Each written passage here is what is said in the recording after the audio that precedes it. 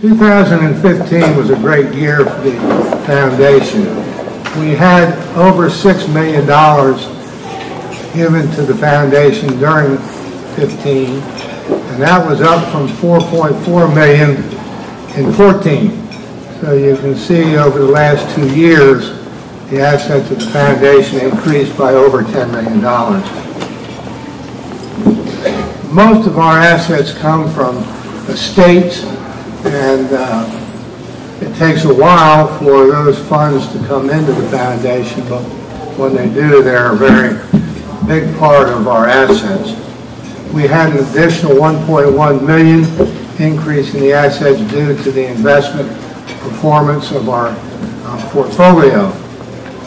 In 2015, the total assets were just under $57 million. And when you think when we started the foundation, some 20-some years ago, we started with $235,000. So the amount of increase over that period of time is rather extraordinary.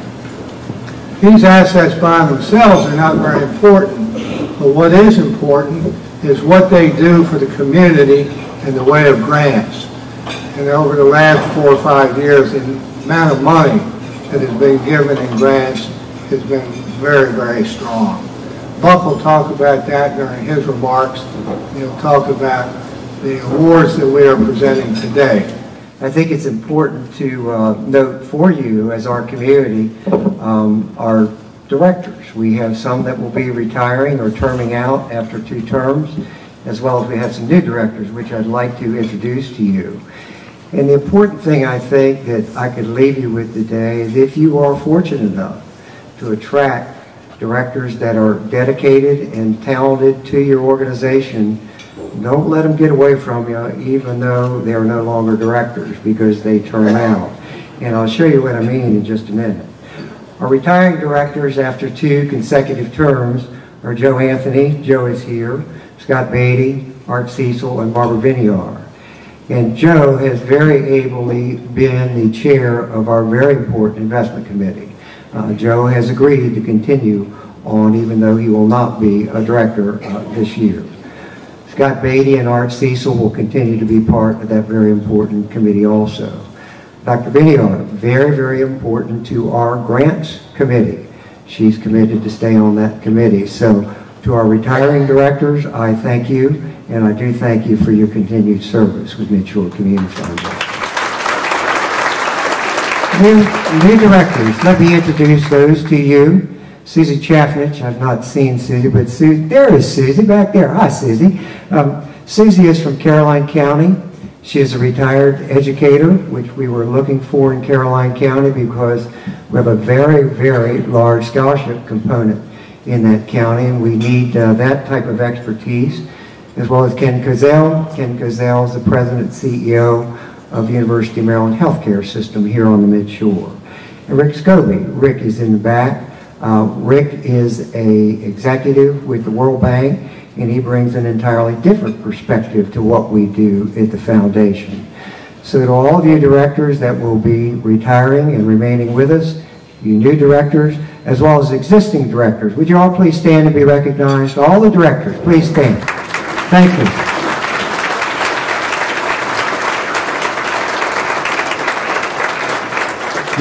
Your support is most appreciated because you are a very, very important component to Mid-Shore Community Foundation, and your leadership is just critical.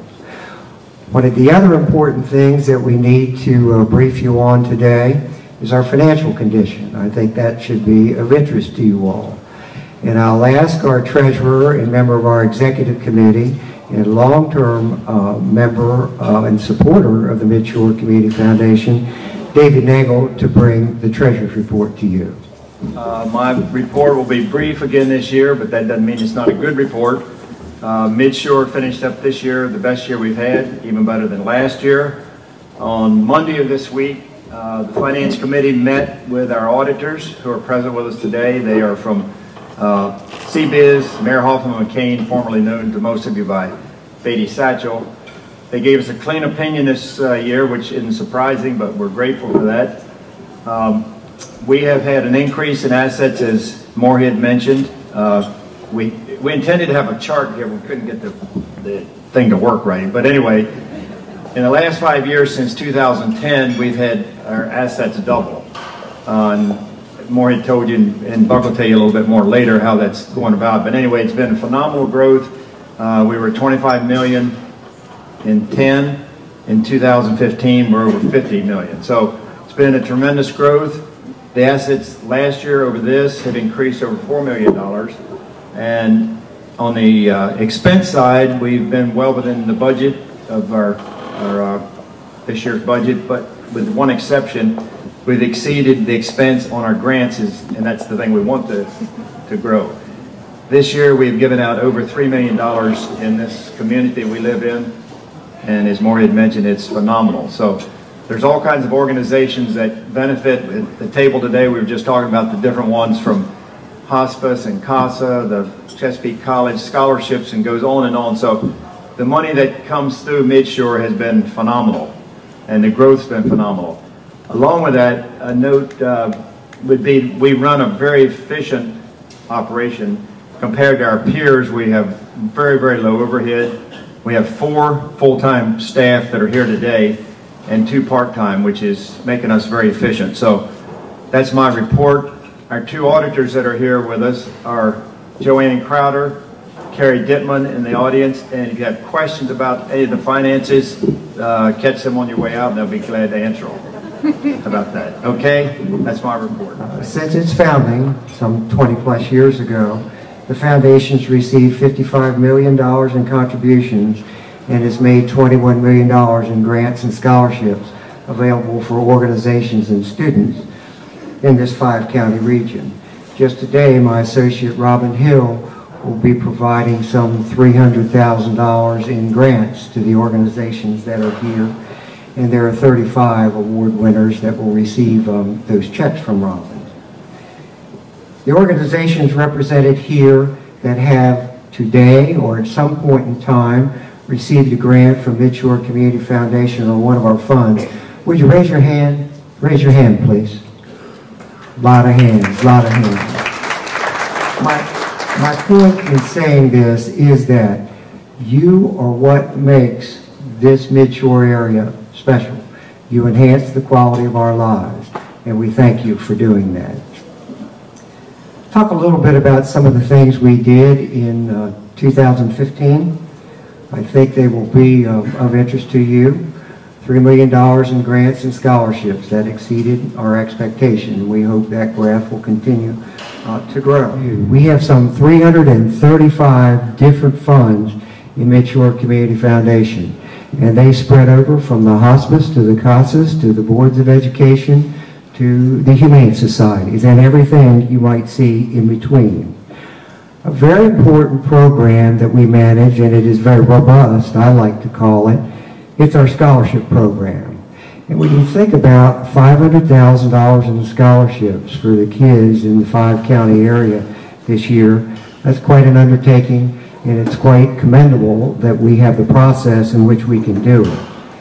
I'll make mention of 2 of the very important funds that we have that help us with that process. One is the Roberta Holt Fund. And Roberta Holt was a Caroline County lady. She went away after school. She became very successful in the Washington, D.C. area. She was a PhD. She came back to the area to retire, and one thing that she wanted to do was help Caroline County kids with education. And with the help of Roberta Holt and her brother Hans Holt, who's sitting out there, we have really gotten some great scholarships for Caroline County kids. And the impact of those scholarships for Caroline County kids over this last year is $150,000. Mr. Holt and your sister, we thank you for what you've done for Caroline County students. Another very important fund of ours focuses on Dorchester County. And those of you from Dorchester County have probably heard me speak of or have been touched by the Todd Fund. The Todd Fund provides scholarships for dual enrollment as well as career and technology scholarships, as the Holt Fund does. And it's very important that we touch the dual enrollment kids, because that gives them a really good start. We'll have a Queen Anne's County dual enrollment fund, which just got started the beginning of last year. So hopefully that will grow, and we'll tell you a little bit more about that as we go forward. The Todd Fund provided some $266,000 in dual enrollment, career and technology, as well as other grants, primarily for Dorchester County. That too is commendable. But we thank both Holt and Todd for what you do in our scholarship venues. Something I think we'll move on to that I think you'll be interested in. Some of you may not know what dual enrollment is. I didn't until I got involved with the foundation. But dual enrollment is a critical part of education. And we have 3 dual enrollment students here today, one of which will speak to you. In the back, Christine Strom is here. If you'd stand up, Christine, as well as Deanna Blake, would you stand up too? Ladies, thank you for coming. And these young ladies are students at North Carolina High School. And we do have one of our dual enrollment students from North Carolina, and his name is Cameron. And Cameron, we're going to let you come up and talk a little bit about what dual enrollment means to you and what you plan to do as you go forward. Good afternoon, everyone. My name is Cameron Bird. I am a high school dual enrollment student at North Carolina High School. I'd like to start off by thanking Mr. Duncan for giving me this opportunity to speak in front of you today. Also a huge thank you to the Holt family. I started this program as a junior in high school. It's when we first become eligible for this opportunity. I did it because I felt that if I started this program and did it correctly, that I would get a jump start into college. My future aspirations are to attend Clemson University. I went through them to check that the credits are transferable, and it turned out that they are. So what this program did for me, it helped me to save money, which is a huge part of my future. And to speak on behalf of all the dual enrollment students, we all have different futures, but our goals are all the same, to be successful. And this program gave us a sense that people are there to help us and that we're not alone. So thank you very much for all your help, for everybody who's part of the Midshore Community Foundation. And if they were all here, they would say the same. So thank you very much. You probably can't see this, but Cameron's lanyard, Clemson all over it. Well done, sir. Cameron, we wish you the best, and we hope you'll stay in touch with us, and good luck next year when you set sail on another course. Thank you for your comments. Our next speaker is not a stranger to many of you. I have been involved with Ms. Davenport in CASA for a number of years. I've been on her board, and I can assure you there is not a more dedicated and passionate person around, not only about kids, but about the CASA mission than Robin Davenport. Robin and CASA Midshore have been asked to take on some new territory. So, Robin Davenport. When Buck asked me to speak at today's luncheon, he asked me to focus on children and on hope. And so that was a real easy sell, because hope for children is what keeps me going pretty much every day at CASA of the Midshore. Before I talk a little bit about how CASA's mission connects to Hope for Children and also to the mission of the Midshore Community Foundation, I wanted to share just a couple of little stories that I think illustrate the power and the absolute necessity for children to have this intangible thing called hope. So the first story I wanted to share with you is about a children's book called Sylvester and the Magic Pebble. And Sylvester is this little donkey who lives with his loving parents in a cozy home, goes to school, has friends. Life is really good for Sylvester. He is kind of not your average donkey. So one day he takes a walk and he discovers a shiny red pebble, which he picks up to admire. And what he doesn't know is that the pebble is magic and can grant wishes to its holder. So right about then, a lion pops out from behind a tree, and he's hungry, and he's clearly intending on having Sylvester for lunch. And so in a moment of pure panic, Sylvester says aloud, "Oh no, oh dear, I wish I were a rock." And so poof, because he was holding the rock, Sylvester the donkey is now Sylvester the rock. So poor Sylvester. Nobody knows where he's gone, and because he's a rock, he can't tell anyone where he is. And so days go by and seasons pass, and Sylvester is still a rock. He hasn't moved. And so he's a donkey, but he's trapped in a rock. And he's sad, and he's lonely, and he's scared. And it's at this point in the book that the author gives us this teachable moment, and he says, make sure I got it right, being helpless, Sylvester felt hopeless. Being helpless, Sylvester felt hopeless. Children and adult readers alike are kind of gobsmacked by the import of this message, all the while hoping for Sylvester's plight to have a happy ending, and sure enough, through the magic of fiction, Sylvester's story does end happily, but that message kind of stays with us.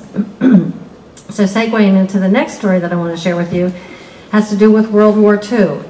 And one result of the bombing raids of this horrible war was that hundreds and hundreds of European children were left orphaned and homeless and ended up in refugee camps. And they had this common theme, all these kids. They had trouble falling asleep. Night after night after night, they couldn't sleep. They were worried. Who would feed them the next day? Where were they going to live? Who was going to take care of them? And it got to the point that they were sick and tired and scared and powerless, and maybe most importantly, they felt hopeless. And so this was concerning. But then some brilliant person came up with an idea that solved the problem. At bedtime, these children were given small loaves of freshly baked bread. And it wasn't to eat at that time, it was to hold on to through the night. And amazingly, these traumatized children fell asleep kind of cradling these loaves of little bread, secure in the knowledge that they would then be nourished the next day. And incredible as it may sound, these kids got happier and healthier, more robust and more hopeful. So this simple gift of a little loaf of bread made these children's uncertain worlds a little bit more secure and a little bit more hopeful. Pretty sweet. So you might be asking, what do donkeys and loaves of bread have to do with all of us today? And I think that there's really kind of a common theme, and it is hope. Committed to improving the quality of life for people in our region is what the Midshore Community Foundation is all about. It's all about hope. And I think that everyone here in this room today has been involved in some capacity with trying to improve something in our community, often through empowering children and youth, reducing feelings of helplessness, increasing feelings of hope. Why is that important? Well, I think that we all are learning that our future depends on what we do for children now. Noted child advocate Miriam Wright Edelman reminds us, and I'm quoting, "The overarching challenge for America is to rebuild a sense of community and hope and civility and caring and safety for all of our children." Well, so locally, I think we're on the way to meeting this challenge, sitting right here today.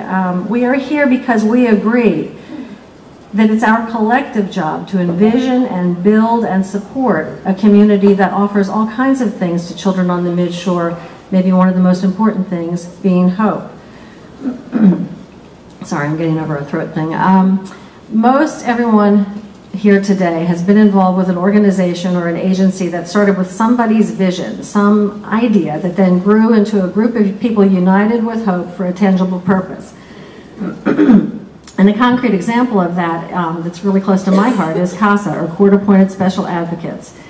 In 1977, when a Seattle judge wanted to make lives better for the children who were under his court's protection because of abuse, neglect, or abandonment, he had no idea that his idea was going to become the fastest child advocacy movement in the nation.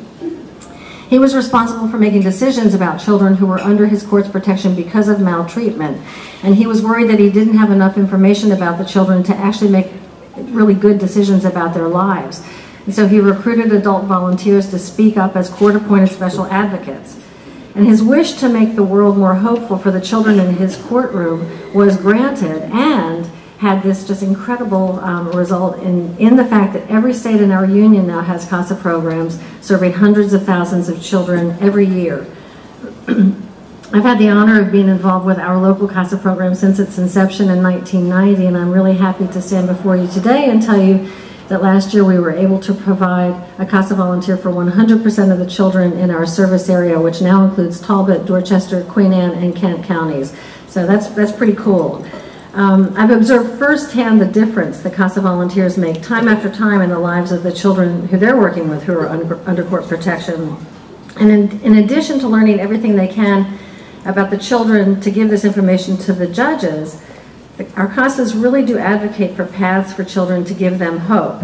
And so I'm going to give you a quick example.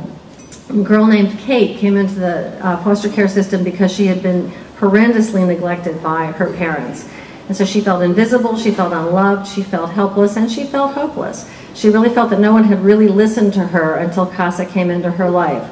And her CASA got to know her well, learned everything that she needed, and advocated for those things within the system and with agency partners. But her CASA also told this child over and over, you matter, you are valuable, I care about you.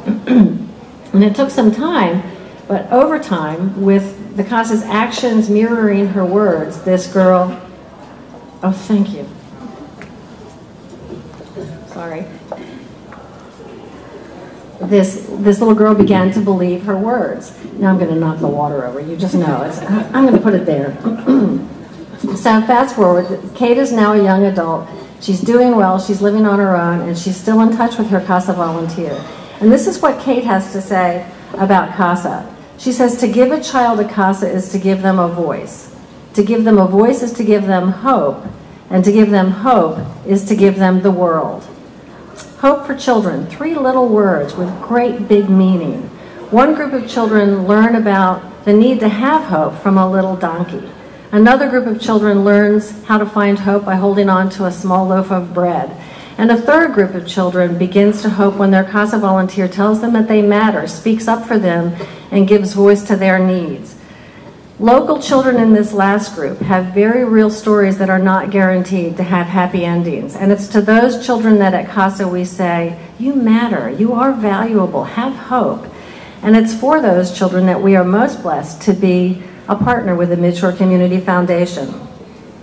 Individually and collectively, I believe that we have the power to inspire hope in our community and particularly in our children.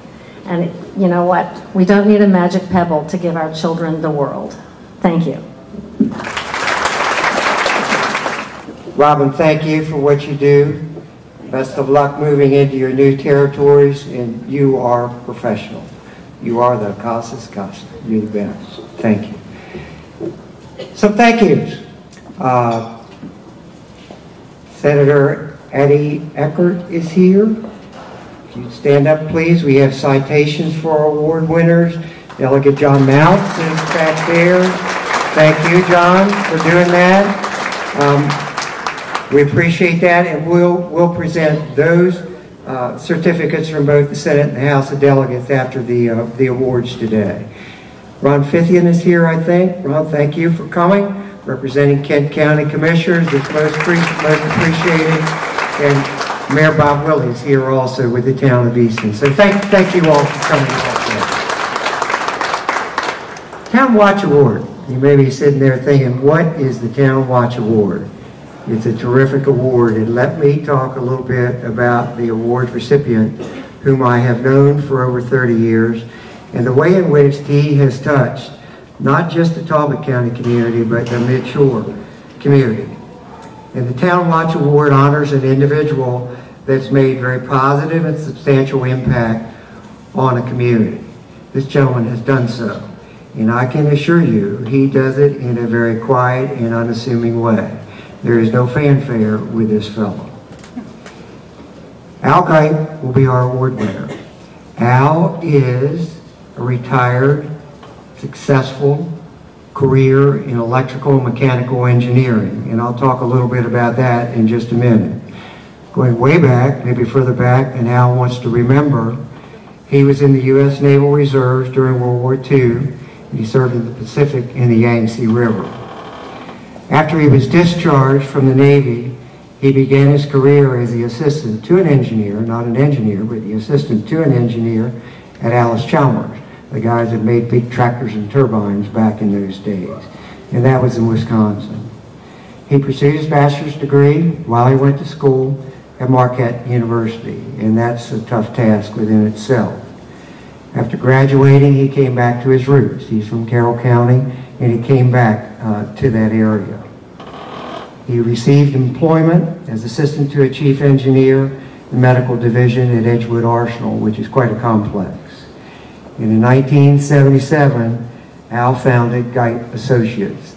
And if you look around the Mid-Shore area, maybe even the state of Maryland and Delaware, you would have seen Guype Associates Mechanical and Electrical Consulting Engineering signs on very large projects. That was Al's company. It was a very successful company, and shortly after he founded it, he moved to Talbot County in the eastern area. Al's volunteer efforts, I've seen him in action in some of the not-for-profits that he's worked with. Some I have not, but I've certainly heard about the great work that he does. He started, believe it or not, as a volunteer with the Talbot County codes and building folks. That's a tough task. It was a tough task back then, I expect, too. He did volunteer work with Eastern Rotary, which I was involved in, the University of Maryland, at Horn Point, the Environmental Laboratory, Leadership Maryland, Talbot Hospice Foundation, which I'll talk about in just a minute, the Academy of the Arts, and the Waterfowl Festival. He's touched many, many facets of our community. He served multiple terms in Waterfowl Festival, serving various capacities. One thing that he did, and I don't think anybody thought it could be done, there was almost a derelict armory in Easton. And thanks to Al's leadership, it now is alive, functional. It's the headquarters of the Waterfowl Festival. He's done building and grounds and help with the Academy of the Arts and with the Elks when they needed help. There's nothing like having an engineer around when you go tap their expertise. One thing I know that he's very proud of, and I hope this afternoon I'm going to see part of it, and maybe you will too. If you go on Bay Street, there are some ponds. And those Bay Street ponds are used for a lot of different things. Now I take my grandkids fishing there. This weekend they'll have the retriever demonstrations, which are really great. Thanks to Al's great work, and when you start talking about environmental issues, which he had to hurdle, the ponds were dredged. They had both underwater and on-water plants that were planted, and trees are all around it. It looks like a park, and it is very functional now. So as you ride by it, there are not just beer cans in it. It is functional, and it looks like a park. And those of you that went by it in years past, that's what it did look like. It's great. Thank you, Al, for that. Something else that I know he's very proud of, because I did some work with hospice also in Talbot County, is his volunteer work there. The first building which was built, Al was instrumental in making that happen. And I'll never forget once I was at a meeting and he was there and the meeting was over, and he would walk around and would see the folks that were in hospice care. And he would always make mention to us, these are not patients. These are our neighbors, these are our friends, and these are our guests. And anything we can do to brighten their day, we should do it. It's commendable, sir. He helped raise the money for the first building. He also helped raise the money for the new building, which has just recently been dedicated.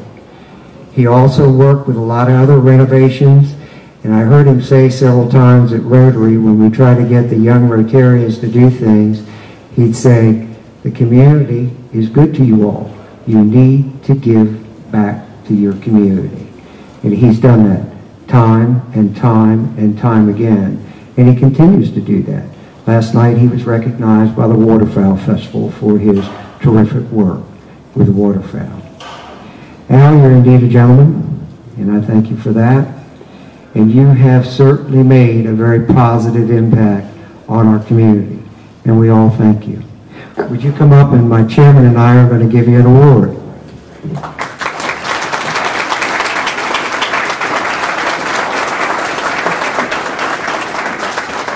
The Golden Key Awards, they're also very interesting awards. And Joe Ray Nagel-Wright, who is sitting here, and Rob Collison, who's sitting back there at table 2, will receive those awards from Mid-Shore Community Foundation this afternoon. And these awards recognize professional advisors that do good work not only for their clients and helping their community, but they also help Mid-Shore in what we do for our mission. Talk a little bit about Joe Ray first. Don't be embarrassed. I'll not embarrass you, I promise. Jo Ray is an absolutely delightful young woman, as you will see in just a minute. She began her law career and she went to both Baylor and she went to Regent Law University, and she is cum laude at both of those schools. She maintains a legacy here on the Eastern Shore. Her mother and father there with her, Dave and Jan Nagel, and thank you for coming, both of you. And thank fortune, she matriculated back to this area to establish her career with Charles T. Caputi, LLC, as well as she's raising her family here, because we need good, young, professional people in our area. Jo Ray does a lot of things. She's a Preston native. She now lives around Easton with her family. She's a member of Shore Regional Health Plan Gifts Committee. She's a Talbot advisor for Mid-Shore Community Foundation and a member of the Resource Development Committee for Habitat for Humanity. And Jo Ray, again, I say to you, thank you for what you do for your clients, for Mid-Shore Community Foundation, for our community, and thank you for settling here. It's great to have you. Would you join us, please?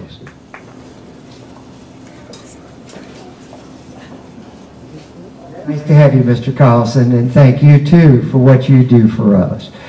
Rob is a native of Cambridge, and he, too, has come back to his community, which I'll talk about in just a minute.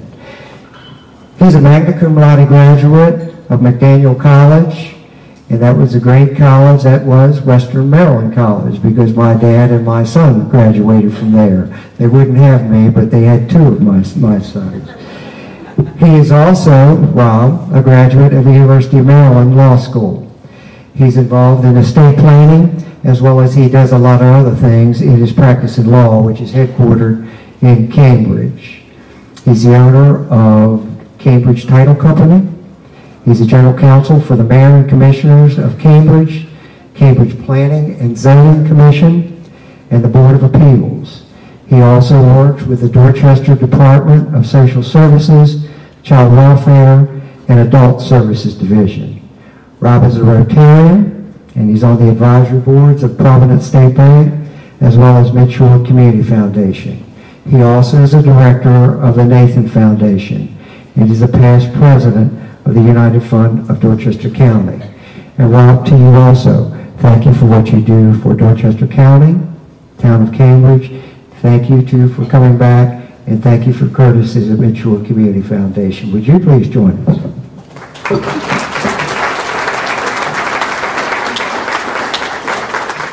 Special Recognition Award. This doesn't happen every year.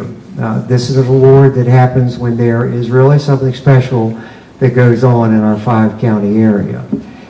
And we're very, very pleased to honor and recognize today Dr. Karen Couch. She will receive a special recognition from Mid-Shore Community Foundation, as well as other things which I'll mention today. And this particular award recognizes an individual that has really made a difference in their particular county. It will recognize Karen today because of her fine work as a superintendent of Kent County Public School System. Before a national search brought her here from New Mexico, the Kent County Public School System was consistently, and I do mean consistently, near the bottoms of the ranking of the 24 school systems in the state of Maryland. Under the leadership of Karen, Kent County Public School Systems is now ranked 13th, and it is ranked 3rd in the Eastern Shore. It's commendable. One of Dr. Couch's initiatives is this. They have begun an all-day pre-K in Kent County Public School System. And the objective is get young people ready to learn early. And it's doing that. And it's doing that because there is a measurement tool, and Kent County Public School Systems is tied for first with Carroll County when measured by the state of Maryland's kindergarten assessment test, which means our kids ready to learn. Another one of the very important initiatives that Karen has put forth is to expand technology in the classroom for Kent County schools.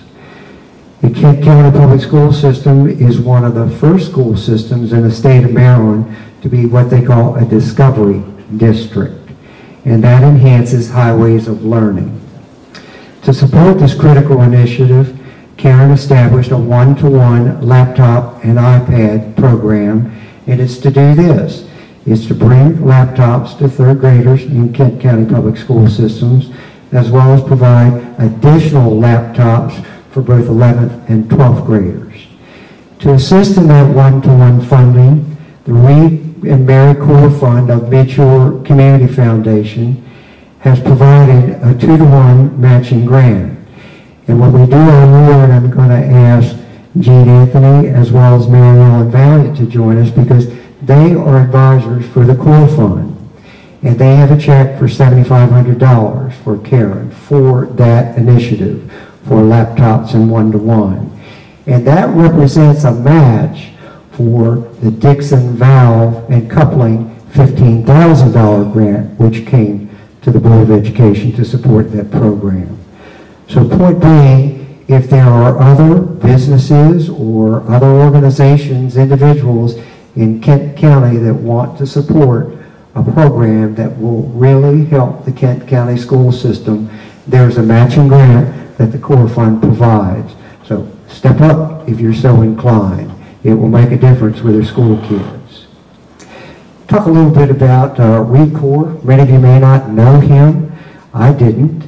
But Reed Core was a superintendent of Kent County Public School Systems for about 30-some years, and he retired after 31 years back in 1958. So he made a huge difference back then. His fund is making a huge difference now by making this match available. So Karen, we thank you for elevating Kent County Public School Systems. We thank you ladies for providing the matching grant, and we encourage anybody in Kent County that wants to support your public school system and a superintendent who really has the school system headed in the right direction. Matching grant by the Core Fund is available. Could I invite you three ladies to come join us?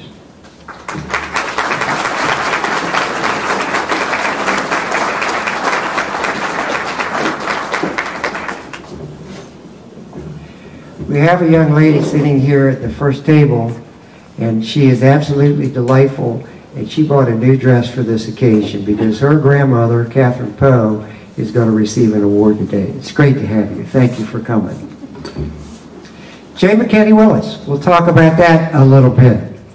Catherine Poe will be our recipient of the J. McKinney Willis Award this year. And this award recognizes a not-for-profit organization that has made outstanding service to the community, and the volunteer, Catherine Poe, who's been instrumental in the success of that organization. Catherine has enjoyed a long career as an activist and 33 years in education. Thank you for that. And she has taught English at all levels, and she's been honored in the past as New York's English Teacher of Excellence. Ms. Poe has served on the Chesapeake College Board of Trustees since 2008, and her current term will end in 2018. She also has served as Vice Chair of the Trustees, as well as she served as Chair from 2012 to 2015. Chesapeake College, say a bit about that too. I remember when I just graduated from high school, going back and forth to Baltimore and seeing this fledgling college that had just recently been started. I'll never forget it, and frankly, I didn't really understand what a community college was all about.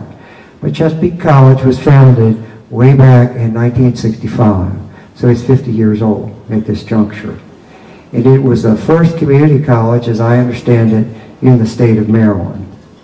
So at 50 years old, Chesapeake College continues to improve and expand. One thing you might note, and tours will be available after the luncheon, is the new state-of-the-art facility which houses both athletics and the health professions that Chesapeake College offers. I encourage you to take a look at those.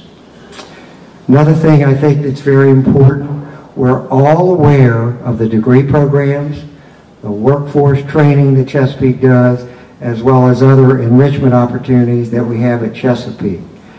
But we all need to be aware of the huge economic impact that this Chesapeake College has on the 5-county area. It is significant. Chesapeake College is a big business and a good business for the 5-county area. So Chesapeake College, you fulfill many, many things in our 5-county area. So I would like to thank Catherine Poe for her leadership, other trustees that may be here today, as well as trustees past.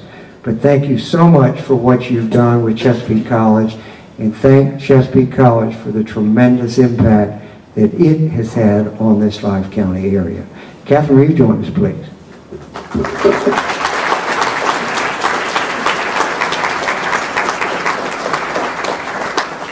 In closing, each and every one of you here today makes an absolute and positive contribution to the quality of life we have here on the Mid-Shore.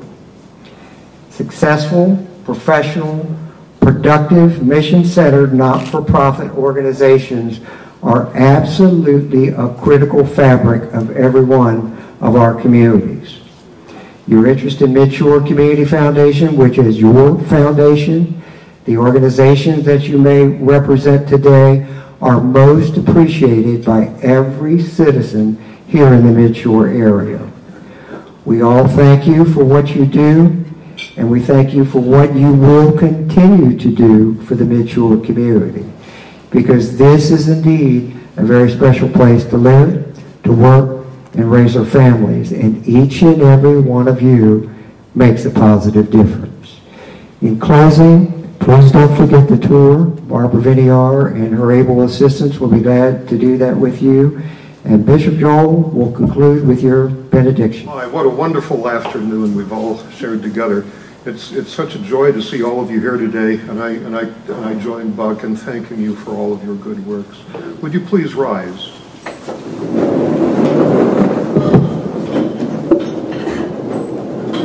In the 15th chapter of the book of Numbers, we hear the first blessing recorded in all of the scriptures, where Aaron the high priest lifts his hands over the congregation and gives them this blessing. The Lord be with you. The Lord bless you and keep you. The Lord look down upon you and be gracious unto you.